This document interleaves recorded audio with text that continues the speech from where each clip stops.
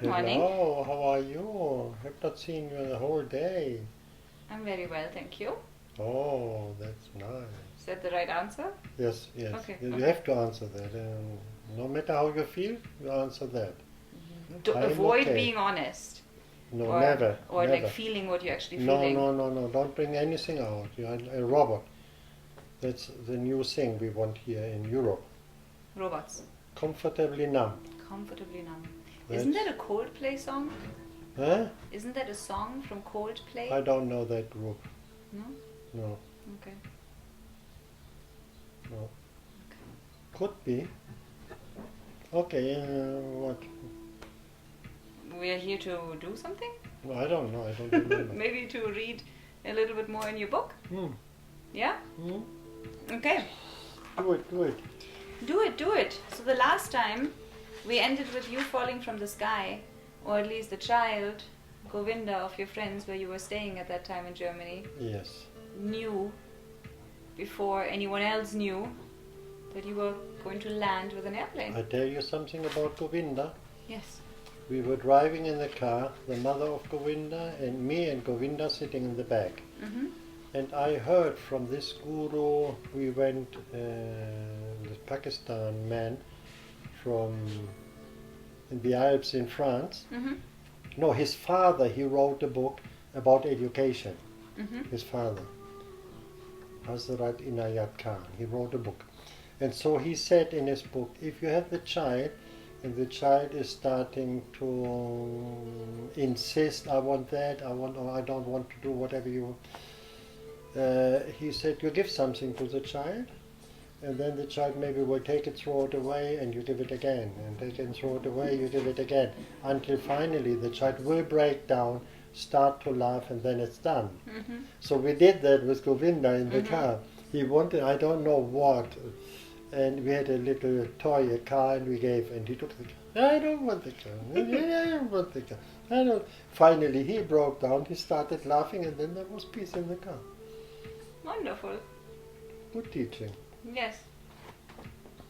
Just I remember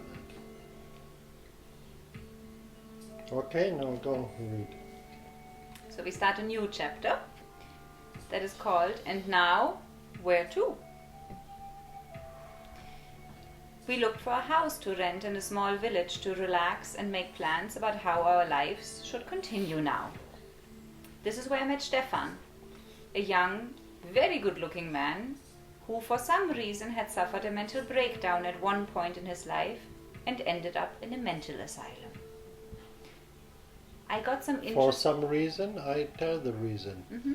That what he said later, he was really good looking. I always enjoyed looking at good looking people, no, man or woman. And he said in one moment, he was maybe 19 or 20 years, maybe not 20 years old. He went home to visit his mother, and he found his mother sitting in the kitchen. She was dead and already half decomposed. Oh. And that broke him completely down. That's what he said, that image, and from there he never came back. Well, he came back with medicine, but he never really came back. You know? And in the end he became violent. That was the story of Stefan Urban. Stefan Urban. I got some interesting insights from this man. Once, when some of our friends were repainting the walls of their rooms, Stefan came to visit. He was tolerated because he was known, but no one was happy when he showed up. Everyone had gone down to the kitchen to take a break and eat breakfast. Only Stefan stayed in one of the rooms. The house was older and had beautiful, well-kept wooden floors. When the friends entered the room again, they were in for a surprise. Stefan had painted the whole floor with white wall paint. Later, I asked him why he did that. I'm trying to find out who really is my friend. The one who can forgive me is my friend, was his explanation. This means that even if he were to cause great physical suffering to someone, that person would have to forgive him in order to prove himself to be his friend. Should the person succumb to suffering, Stefan would have confirmation that even that person was not his true friend because he abandoned him and left him alone. Well, after what you just talked about his mom. Yeah, whatever it is, but it shows quite nicely how an insane mind can work, and it's not any longer reasonable. No, and it has no end. I go forward and forward and forward, and Pushing whatever it further, happens, it will come out what I want. No, in the end, I want to see you are not my friend, and you will show me, because in the end, I will kill you. And I say, whoa, see, you were not my friend. You went away. You left me alone. Stefan told me how it only took him 2 or 3 nights without sleep to reach this state of insanity. Little by little, I recovered, but our experiences in Egypt didn't exactly encourage us to fly back to Cairo. Luckily, we were able to cancel the return flight and received the money back. In order not to spend all of our savings just like that, I started working in Wolfsburg at the Volkswagen factory. I helped to prepare an exhibition. A new model should be presented. The hall in which we worked was equipped with artificial daylight. That means that in the winter people started at 8 in the morning when it was still dark outside and ended the working day at 6 in the evening when it was dark outside again. But in the hall, the change from darkness to light and back was completely unnoticed. One evening after work, I stepped out of the hall and tried to buy a Coca-Cola from a vending machine. But I didn't have the change I needed, just a 5-mark note. So I went up to one of the other workers and asked him to change money for me.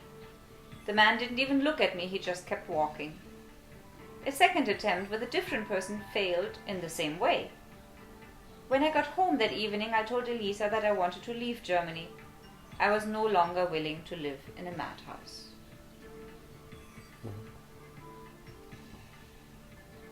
Friends of our friends had emigrated to the Canary Islands, to the island of Gomera. I had never had the idea of traveling to Spain before, but living on an island has always been my dream. After our not always positive experiences in the Middle East, and in view of the fear-mongering in Germany about an inevitable nuclear war, we made the decision to emigrate to the Canary Islands. We soon found a suitable vehicle for our project, an old fire engine, a Mercedes-Benz. A small truck with only 10,000 kilometers driven. The car was in perfect condition. Even the rubber seals on the windows were like new. I started to prepare the vehicle, everything beautifully with wood. Walls and ceiling, furniture and bed. There was a large luggage rack on the roof that allowed us to take all sorts of items with us. Bicycles, shovels, forks, and even an anvil. An anvil? You know what an anvil is? No. The blacksmith, when he's working with a red iron, this big piece of metal, they put the red iron and then hammer it into a shape. Yes. Vikings. Yes. That big metal thing, and I think it's still here in Spain, in the house of the mother of my former wife. Huh. Big heavy thing. You have we never used interesting ideas what to take. I've worked in a factory for pianos, and I brought a lot of strings. They would throw them away, so I could take them, because my idea was to make a wind chime with these strings, but very low sound, the low strings, and then something that would go over these. That was my idea. Did you make it? No, I did not. The strings are also still there? They should be. One day we can go to pick them up. With a 1-week Spanish course at the Adult Education Center, we thought we were well prepared for our adventure. All that was left to do was to get the car through the technical inspection called TÜV. The technicians admired the conversion from a fire truck to a camping caravan. However, something had gone wrong. It was not permitted to use wood for the conversion because of the increased risk of fire. so the car couldn't get the TÜV approval. The head technician explained the problem to us and we started a conversation about our plans to emigrate to Spain. The man liked our red camping car and suggested the following. If you promise me never to return to Germany with this car, I will give you the approval. They did. That was exactly what we had in mind. And so the last hurdle was overcome and the journey could begin. After saying goodbye to our families and friends, not without promising to let them know as soon as we found the right place for a new self-sufficient life, and thus enable them to follow us, we felt like pioneers in search of new horizons. In southern Germany, we visited a couple who were friends and were given the address and telephone number of the people on Gomera. We were shown lots of pictures. They told us stories and gave us a map of the island. Now we were well prepared to begin the long journey. First, we drove through beautiful France. High mountains, green hills, lakes, rivers, and many medieval villages and towns with old protective walls, towers, castles, or palaces. A real feast for the eyes. It was France very is beautiful. France, The south of France, wow. So green, really beautiful. After a few days we reached Spain. At the border, probably because of our extravagant appearance, we were asked whether we had enough money with us to be able to enjoy the sun here in the country for a while. My somewhat untamed character flared up again and I took off my money belt. Thank God I did not take out my knife. At the border. That would have gone wrong, right? So your untamed character flared up, you took off your money belt, opened it and threw a lot of banknotes that were left over from the house sale on the border officer's table.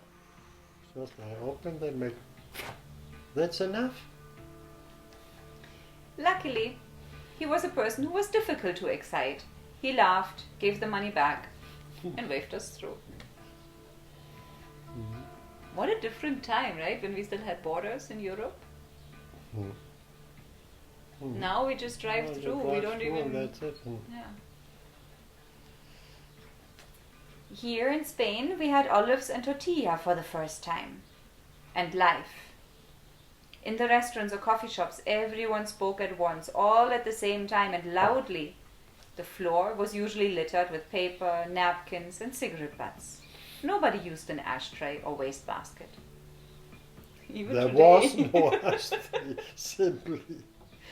Even today, in a lot of places, but yeah, as it says And here. then I heard there was a tourist attraction in Germany, in Hanover, and they imitated that from Spain.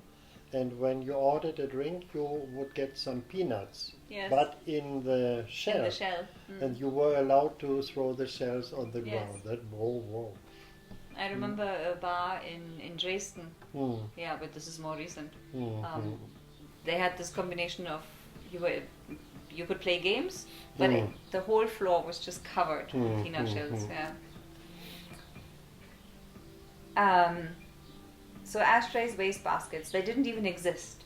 Later or the next day, someone came to sweep and clean. We stopped near Madrid to take a break. There were forests on both sides of the road. Since I had to step out, I walked about 100 meters into the woods and did my business. As I stood there, I had a vision. The forest suddenly opened up before me as if I were standing at the edge of the forest. A valley stretched out in front of me, and on the horizon, behind a few hills, a small town appeared. There was a house with a long staircase made of cement, with a beige terrazzo that led to the house. With a beige terrazzo? Terrazzo is this, what you see here, because it was this house. The staircase. What is there on the floor, it's called here terrazzo. It's a mixture of maybe cement and and marble, pieces of marble, and they are polished. So I saw that staircase. Wow. A It took a few years though to find this place, Well, right? that Yeah. came then later. When I got back in the car and drove the first few meters, I looked to the right to see the city again. There was neither a city nor a hill or a house with stairs. There was only forest.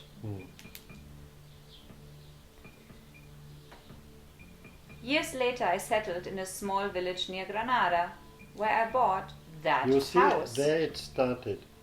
Because today, as I told you, often these kind of intuitions, they are coming to me when I'm sitting on the toilet. Yes. So there I was peeing and the whole thing opened up. Of course I was not aware, but now reading that, yeah, it happens often. I go to the bathroom and then boom, and a lot of ideas are coming up. Today I still live in the house with a terrazzo staircase, even though I don't particularly like it. The house or the staircase? The staircase. But I out don't of like respect, that material.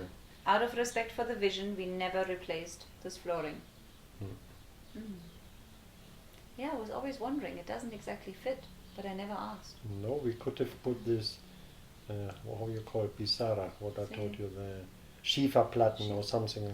Slate. No, Yeah. no, anything. No. That was what I have seen, and here we are. All right. Further south, in a region called La Mancha, our vehicle suddenly stopped and would no longer start. La Mancha is the breadbasket of Spain. A high plateau, everything is flat.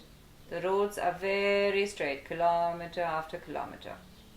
The colors range from beige to ochre to all imaginable shades of brown.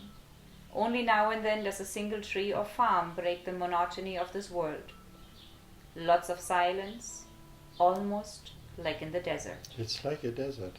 Yeah, I remember driving through. But with corn, but it's like a desert. Absolute silence, nothing. Yeah. So here at a gas station, our car gave up. The gas station attendant couldn't help us. On the one hand, because he wasn't a mechanic, and on the other hand, because we absolutely couldn't communicate with our 3 words of Spanish. Nevertheless, the friendly man called someone on the phone. A woman appeared, and it turned out she was German. She had lived in this village for several years and was married to the local doctor. Now we could make ourselves understood. Since it was Saturday and the mechanic in the car repair shop wasn't working, the woman, Gabriele, invited us to her house for the weekend and then had the vehicle repaired on Monday. Her husband's name was Ricardo, and he was an extremely friendly person. They set up a nice room for us, and we spent a quiet weekend hearing things about Spain firsthand for the first time. On Sunday, Gabriele and Ricardo invited a couple of friends for lunch, Maria and Fernando. There was a homemade paella on the table, and with Gabriele's help, we were able to have a longer conversation. Unexpectedly, Fernando looked at me very seriously and asked, "What do you want?" Just like very unfriendly, very harsh. What do you want? Just like that, very dryly. I explained to him our plan to go to the island of Gomera, buy a piece of land so we could settle there and live a life closer to nature. Fernando didn't take his eyes off me and replied, "You won't come to Gomera. You will buy a property that is waiting for you in Huelva." Which is a part of Andalusia close to the border of Portugal and the Atlantic Ocean. Huelva is a Spanish province far to the south. It borders Portugal and the Atlantic Ocean. On Monday, our fire engine was made roadworthy again. The alternator needed to be cleaned, that was all. I know nothing about cars or engines, but I watched the mechanic at work and learned how to remove and install the alternator and clean the contacts. We said goodbye and thanked Gabriele and her husband and asked them to say hello to Maria and Fernando. Then we continued our journey. What did you make of that when he said it? Do you recall? What did you make of what Fernando said to you? Like he said to you, you will never get to Gomera, you will buy... Read. I... And you know what I made out of it. What, in the moment, what did you feel, or what did you... Like, did you just say, well, whatever, crazy guy? Or... I think so. I think there was an impact because he was so serious, so harsh. But of course, I said, no way, I mean, we go to Canary Islands. That's our plan, that's what No, we do. that's our plan, and thank you very much, but here we go. We drove towards Cadiz, where we wanted to board the ship that would take us to the Canary Islands. Elisa picked out a few photos of the people we were going to meet on the island, and we looked at the map to find the way to the harbor. It was August and very hot. It was much hotter than now. And the fire brigade, no air condition, nothing. No. Hardly a tree to provide shade. After about 100 kilometers, the car stopped again. I took the alternator out, cleaned it, reinstalled it, and the engine ran. But unfortunately only for about 50 kilometers, and again we had to stop on the side of the road. The heat was unbearable. No shade, no air conditioning. Yeah, I can confirm And the the heat. dark red car, oh, that was boiling. I cleaned the alternator again. Then I asked my companion to look on the map to see if there was water somewhere nearby. A river or a lake. A place where we could rest and refresh ourselves. A place to reflect on how we should or could continue our journey.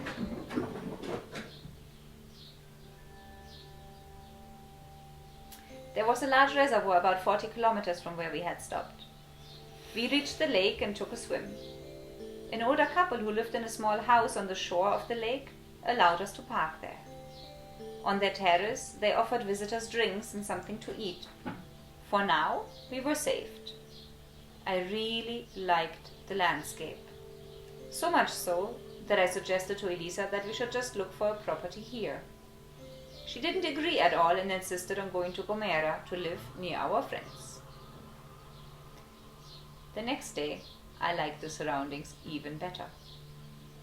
I tried again. What do you think? If we find a place in this area within a week that we both like and it's affordable, will we stay here? Apart from that, we have to repair the car because we can't continue driving like this. She agreed. Probably less because she wanted to stay here, but more because it seemed impossible to buy a suitable property given our complete inability to communicate with the people from here. 2 days later, we drove to a nearby town, a small village called Cañaveral. Very good.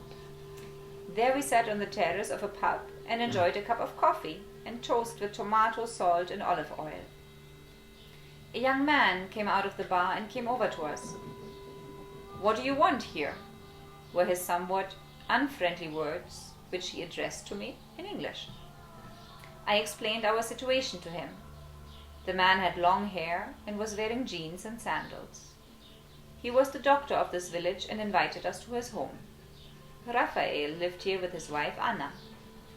He helped us take the fire truck to the mechanic and he got a replacement alternator. There were several large, artistically crafted metal figures in the workshop. When I asked who made these figures, the mechanic said he was the artist. I was happy to meet a colleague and told him that I had also studied metal design in Germany. The man laughed and replied, "You don't study that, you do that." Again, a few words that I have never forgotten. That's what you always tell me about music. No? Don't try to learn an instrument. Today the girl, the bébé, she said she read in the book and she was astonished by reading, I wrote in the other book, never look at your hands while playing an instrument. And she said, wow, because she's playing the guitar. I said, yeah, that's it. Meanwhile you look, you are an imitator. Once you stop looking, then the divine is coming through you and you become an artist. with everything, with painting, with whatever it is. No, if you can let go, that's a problem for meditation. You want to meditate. No, that's not possible. If they want you to meditate, you will meditate. If just you do something you really like and you got lost in it, that is meditation. Yeah. The rest is a conscious approach.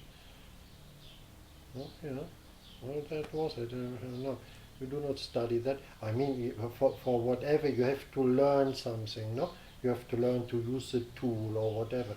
That's reasonable. But then you should come to a point that you just do. How were people taught in the past? Apprenticeships is simply observing being next a to master grandpa and watching and doing what he was doing. No, we found on our ship from Istanbul to Egypt a book about art expositions, and it was about carpets. And these carpets came from a little village in the desert in Egypt, where they had children, maybe orphans, taking care of them, and they were giving them only the wool, not telling them at all what, I mean, they taught them how to make a carpet, but not the design, whatever, with their chicken and planting vegetables and like a farm, no? And they ended up having art expositions in New York with these carpets. Beautiful. No, just what is coming out. No, and not, especially children. it has to be like that. Children, they're still much they're more still open. No? Yeah.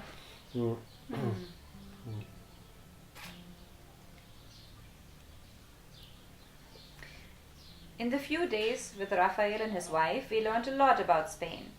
And we also started driving around the area and looking at various properties that were for sale. After a week, we bought a 1.5 hectare olive grove with a small house on it. The property was located in a lonely valley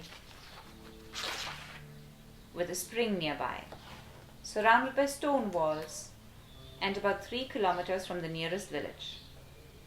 The day we signed the purchase contract with Raphael's help in front of a notary, we found out that we were in the province of Huelva, exactly where Fernando had predicted.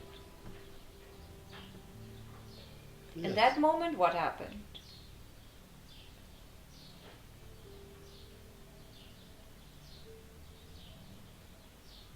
Well, it came clear, no? No? And you know that I've tried several times to go to Canarian Islands, and for some reason or another, it never worked out. And until now, I've never been there. And I'm not planning on... And you say I will not go with you on a plane because No. we will crash, because he said you will not come there. So If you want to, you can go. thank you. I'll follow. I'll go first or something. Since our new home cost more than we originally wanted to spend, we soon found ourselves on the way back to Germany to earn the money we needed to start our new life. So in reality, we brought the van back, the fire brigade, and then we sold it in Germany. Yeah. After I had distributed packages with the fire truck for a while, it was sold. I also worked in a piano factory. There I watched the piano tuners with fascination. They sat in their soundproof rooms and tuned pianos and grand pianos for 8 hours a day. While Elisa was visiting her mother in southern Germany, I became ill. A strange rash appeared all over my body, as if my internal organs were visible on my skin. I went to see a doctor because I had a high fever. The doctor looked at me with disbelieving eyes and couldn't figure out what was causing the strange suffering. I was given a few tablets to lower the fever, and after a few days, the painting on my skin disappeared. You know, when you learn at school, no, the end thing is a skeleton. But before you have this doll, you see all the muscles, or you have another one, you see the heart. And that was like the heart, the liver and everything, like painted here on my body. The strange. doctor, she was a woman, she was looking at me. Oh, I've never seen something like that. There's no photos of that. No. No. That wouldn't even be possible in today's world. Like, someone would be taking a photo of that, no? It's like, it's so common, but the world just has changed so much. Mhm. When I was 15, an eczema had developed on my right hand and then suddenly appeared on the same spot on my left hand. Then on the right leg, and then exactly symmetrically on the left leg. The skin condition came and went. To get rid of it, I once put out a lit cigarette directly on the eczema to burn it, but it reappeared in the middle of the wound. I was sitting in a discotheque for young people. I was 15. I mean, that's not a real discotheque. And for young people. I took the cigarette and I think somehow you can see that still. Then after some days, in the middle of the wound, it came out again. So no chance. We drove back and forth between Germany and Spain several times. Friends came to Spain to visit, and some of them bought a piece of land themselves in the valley. On one of our trips back to Spain, we stayed in the south of France for a few weeks to harvest apples. Here, the apple trees were sprayed with hormones. In this way, the farmer could determine when the flowers opened or turned a green apple red within one night, if the price on the market was worth it the next day. He would go in the afternoon to the marketplace and say the price tomorrow what? And if it was nice price for him, he would tell his worker to go with the tractor and spray over all the trees these hormones. And the driver, he was no mask, no protection. And I said to him, so I mean what? He said, no, that's not a problem, not dangerous. Before it was dangerous because these were chemicals. Now it's okay, it's just hormones. And he was sitting there in the cloud of hormones. I don't know, his wife, what happened to him? So, and in one night, I mean, the apples were green, and the next morning they were red. That's what you buy on the market, and you would open the apple, and the seeds were still not done. They were light green, no. And that guy said, you can eat all the apples you want, never take one from the ground, and if you eat one, peel the apple. Don't Even eat if them. you take it from the tree, If you take always it from peel you it. can take whatever you want, peel it. He was confident in his own product.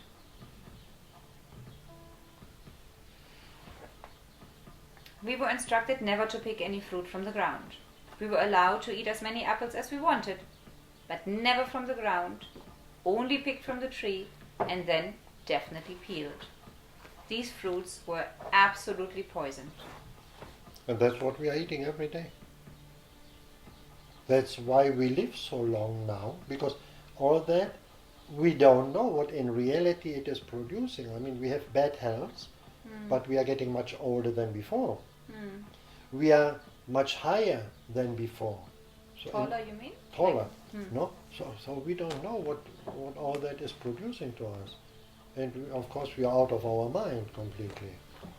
Yeah. No? So, but that's just how the world is going.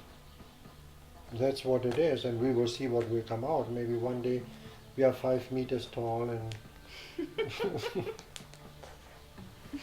we will see. Let's enjoy the trip. The relationship with my companion Elisa also came to an end, and she returned to Germany while I made my way to Spain alone. I lived here for several months in the little house on the olive grove. I often slept in my sleeping bag on the tiny terrace in front of the house. Every now and then during the night, an animal, sheep, goat or dog would appear and lie down at my side. They came there to die. The next morning they were cold and stiff, and I buried them in my garden. Nobody. I was lying there, the animal, I mean, supposedly did not know me. I've never seen that animal. I was lying there in my sleeping bag, the animal would come here and press his body against my body and sleeping there. And in the morning it was dead. And I buried the animal. Yeah, say here, nobody wants to die alone. No, not on the ship, no? The idea I had when that man fell down. I said, well, at least if I cannot help him, at least touch him that he feels that someone is close to him. Yeah. No? Mm.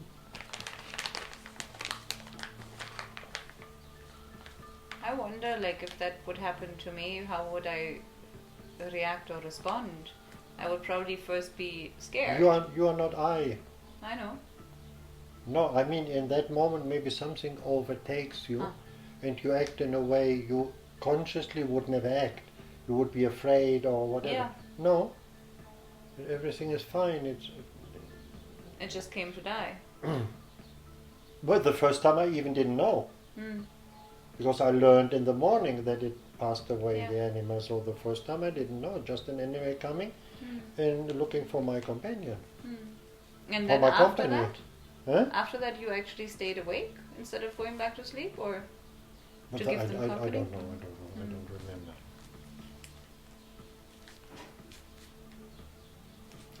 At that time I always went barefoot.